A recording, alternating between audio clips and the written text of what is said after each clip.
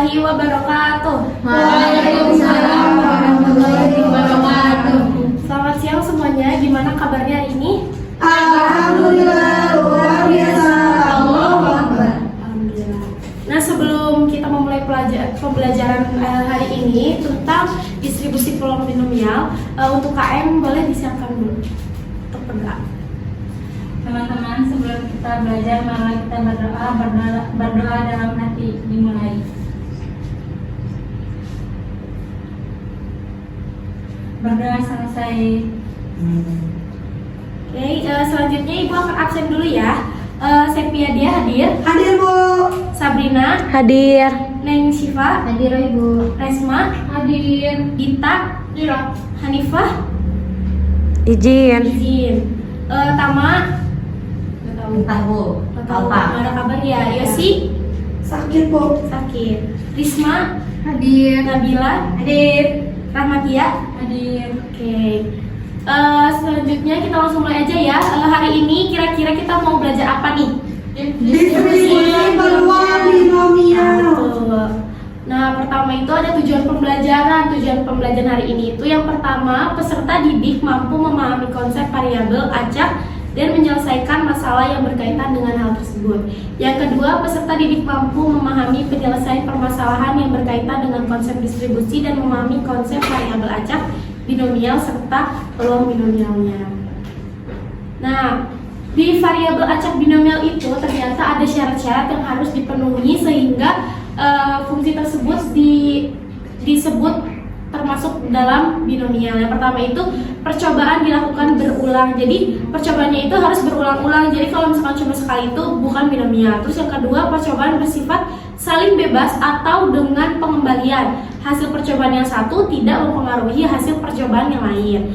Lalu yang ketiga, setiap percobaan memiliki dua macam kejadian, yaitu kejadian yang diharapkan disebut sukses dan kejadian yang tidak diharapkan disebut gagal. Lalu yang terakhir itu peluang setiap kejadian tetap dalam setiap percobaan. Nah, kita masuk ke contoh nih, biar lebih paham. Yang pertama itu, Denny melemparkan bola ke dalam keranjang sebanyak 4 kali. Denny mencatat banyaknya lemparan bola yang masuk ke dalam keranjang.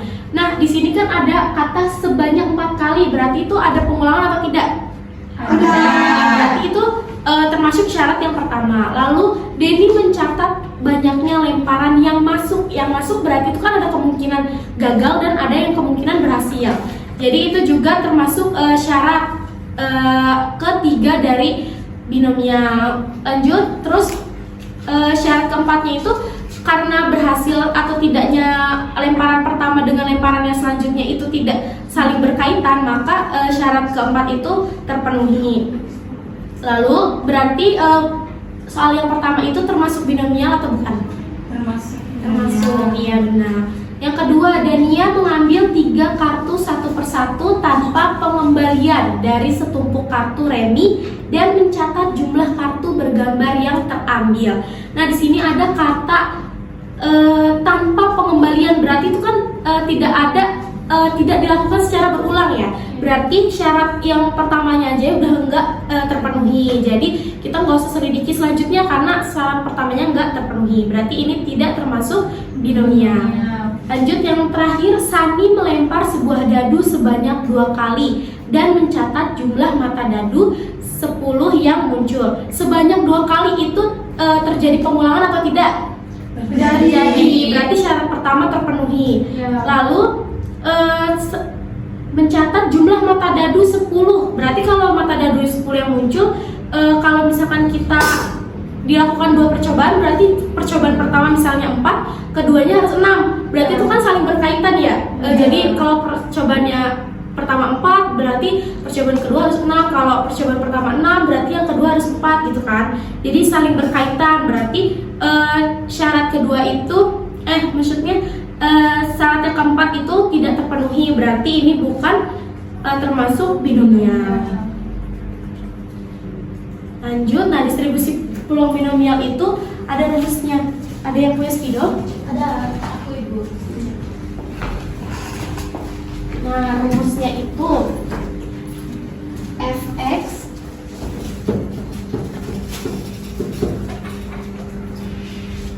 c n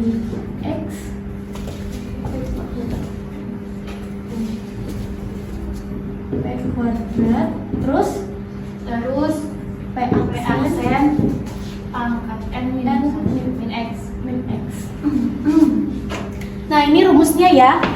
Di mana C itu adalah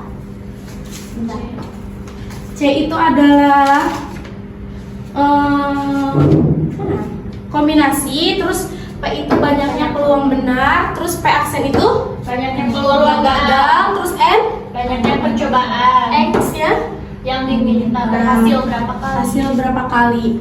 Nah, di sini ada soal contohnya itu Tora melakukan latihan tendangan penalti sebanyak 3 kali. Peluang sukses melakukan tendangan sebesar 4/5. Tentukan peluang Tora mencetak tepat 2 gol.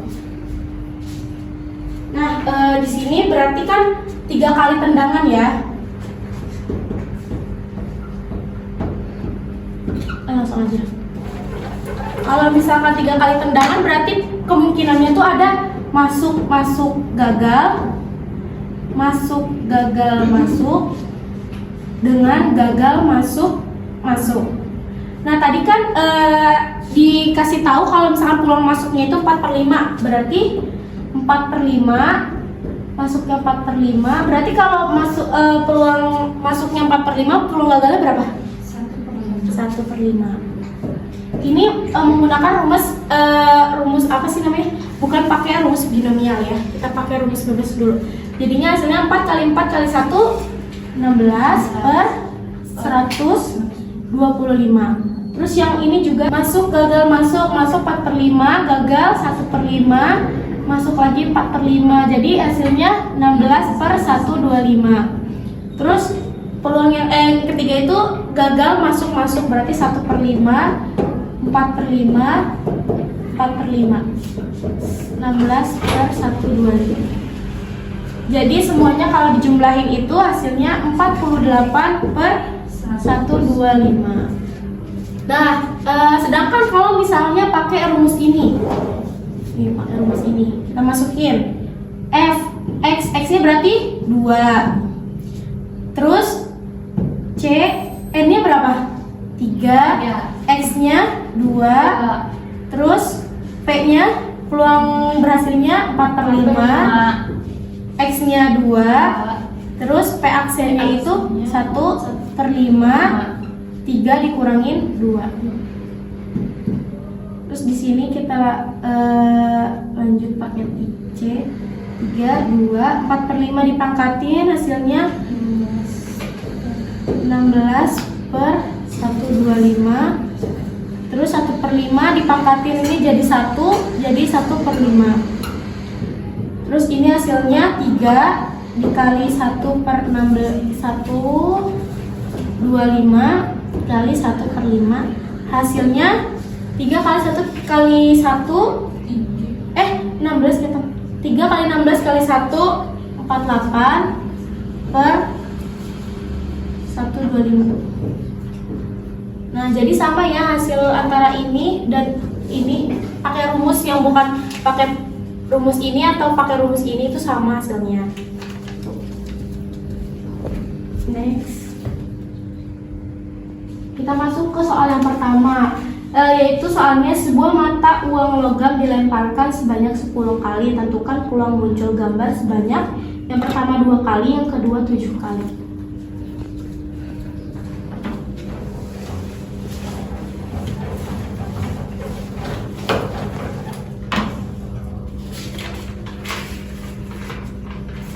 Nah, yang pertama 2 kali. 2 kali. Kalau misalkan itu kan 10 uang logam, berarti kalau misalkan 2 kali yang benar berarti gambar-gambar, yang lainnya angka-angka ya, berarti angkanya ada 8 kali.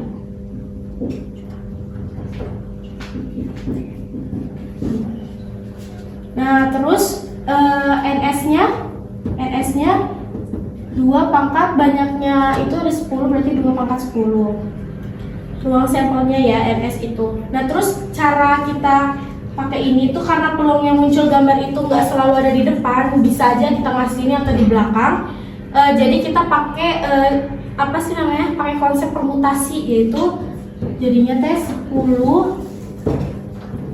per 2 faktorial kali 8 faktorial. 10 kali 9 kali 8 per 2 kali 8 faktorial. Coret-coret jadinya 45. Berarti diketahui lagi NA-nya sebanyak 45. Nah ini 2 pangkat 10 hasilnya 1024. Terus untuk PA-nya tadi berarti 40, PA itu berarti NA per NS. Berarti NA-nya 45 per 1024.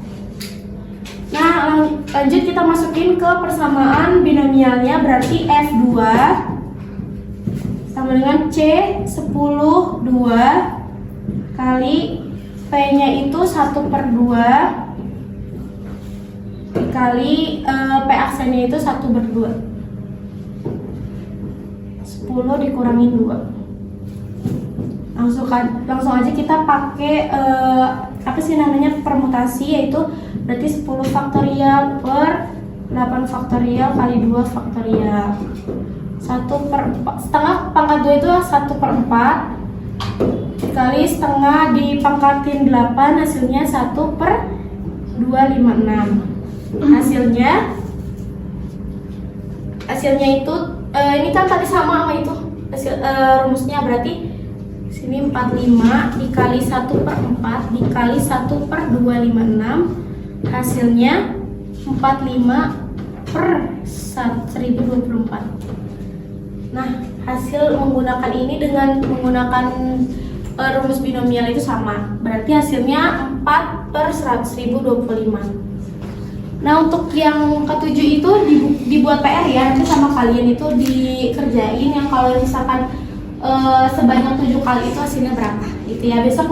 Besok ibu tanya lagi hasilnya berapa. Ya, Nah, Bu. untuk selanjutnya itu selanjutnya ibu akan bagikan LKPD nanti penggunaannya menggunakan alat peraga yang sudah ibu buat. Ibu bagiin dulu tadi.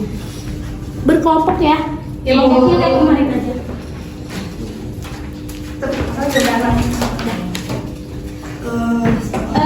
Nanti boleh itu kelompok siapa yang udah siap maju langsung ke depan ya. Oke, boleh. Boleh kelompok siapa yang udah siap? Aku Ibu. Boleh kamu Dita maju. Nah, pertama itu nanti Dita lempar dulu 2 dadu ini. Nanti kalau keluar berarti itu banyaknya percobaan yang akan kita lakukan. Ya. Nah, nanti peluang jika dikatakan benar itu keluarnya warna biru ya Dita. Coba dilempar dulu sini. 3 berarti 3 percobaan, berarti 3 kali. kita putar dulu. Warna apa itu Dita? Tengah-tengah Ibu. Biru. Biru berarti yang pertama 3 percobaan ya? Ya. Tulisnya ya 1, 2, 3.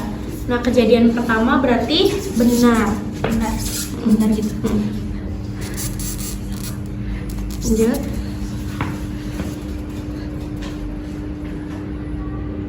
Ijo berarti percobaan kedua salah.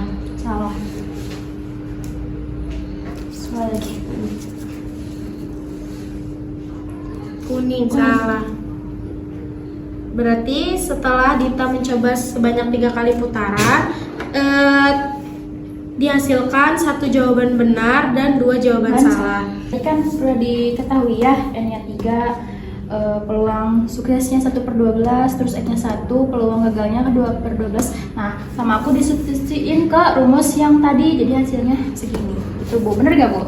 Betul. Makasih ya Dita. Iya, udah Ibu. ngerjain. Sama. Nah, tadi kan udah diuji coba juga ya pakai papan spinner distribusi binomial. Nah, mungkin sampai sini aja pembelajaran kita hari ini. Jangan lupa ya bukunya dibaca dari halaman 25 sampai 30. Ibu tutup. Wabillahi taufiq wal hidayah. Wassalamualaikum warahmatullahi wabarakatuh. Waalaikumsalam warahmatullahi wabarakatuh. Terima kasih.